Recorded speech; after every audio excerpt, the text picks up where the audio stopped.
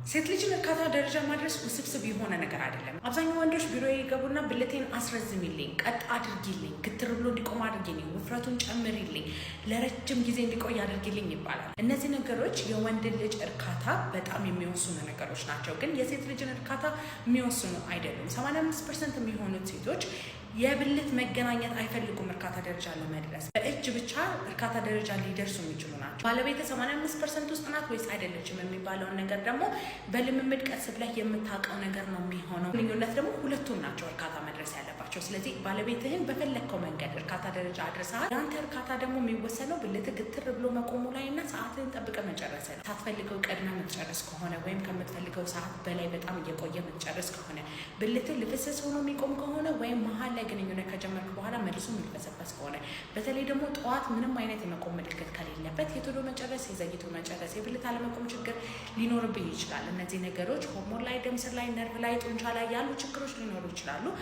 መታከም ትችላለህ። በማንኛውም ስንፈተ ወሲብ መታከም ከፈለጋችሁ ባዮ ላይ ባለው ስልክ ቁጥር ደውላችሁ ቀጠሮ ማስያዝ ትችላላችሁ። በሬ ሁል ጊዜ ክፍት።